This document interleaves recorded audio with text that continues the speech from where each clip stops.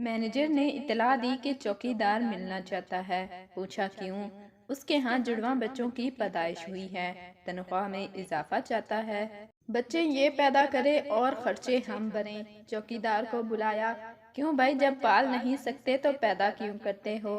صاحب جی، رزق تو نصیبوں سے ملتا ہے، چاہے تھوڑا ہو یا زیادہ، تو پھر رزق تمہارے پیدا ہونے والے بچوں کے نصیب میں ہے، میرے ہاتھ میں تو نہیں۔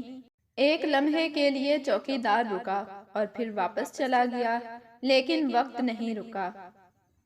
55 سال تک پہنچتے پہنچتے صاحب جی نے ٹھاٹھ باٹھ سے اپنے بچوں کی شادیاں کی، لاکھوں کے تحفے تحائف دیے گئے، ہزاروں اور لاکھوں کے جوتے اور کپڑے پہنے گئے، اور جہیز کروڑوں میں۔ 56واں سال کا آغاز تھا، اس پہ پہلا فالج کا اٹیک ہوا تھا۔ اس کا دایاں کان، آنکھ، ہاتھ پاؤں سب بے جان ہو گئے تھے۔ بایاں حصہ کام کرتا، اشارے کرتا، ہاں یا نہ میں جواب دیتا۔ ہر جگہ ہر طرح کی میڈیکل سہولت سے اس کا علاج کرایا گیا، مگر بے سود۔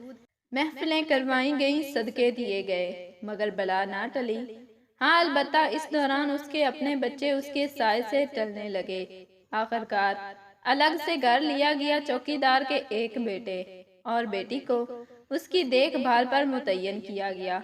اب روز صاحب کا چھوٹا بیٹا 2-3 قسم کے کھانے پکا کر لاتا، پوچھتا کیا کھائیں گے، اور وہ 2-3 لقمے لے کر سر انکار میں ہلانے لگتا، اور چوکیدار کے بچوں کی طرف اشارہ کرتا، کھانا ان کے حوالے کر دیا جاتا۔ چوکیدار کے بچے صاحب جی کے سامنے بیٹھ کر صاحب جی کا رزق اپنے معدوں میں ڈالتے، اور صاحب جی ایک مفلوج اور بھیگی آنکھ سے تکتے رہتے۔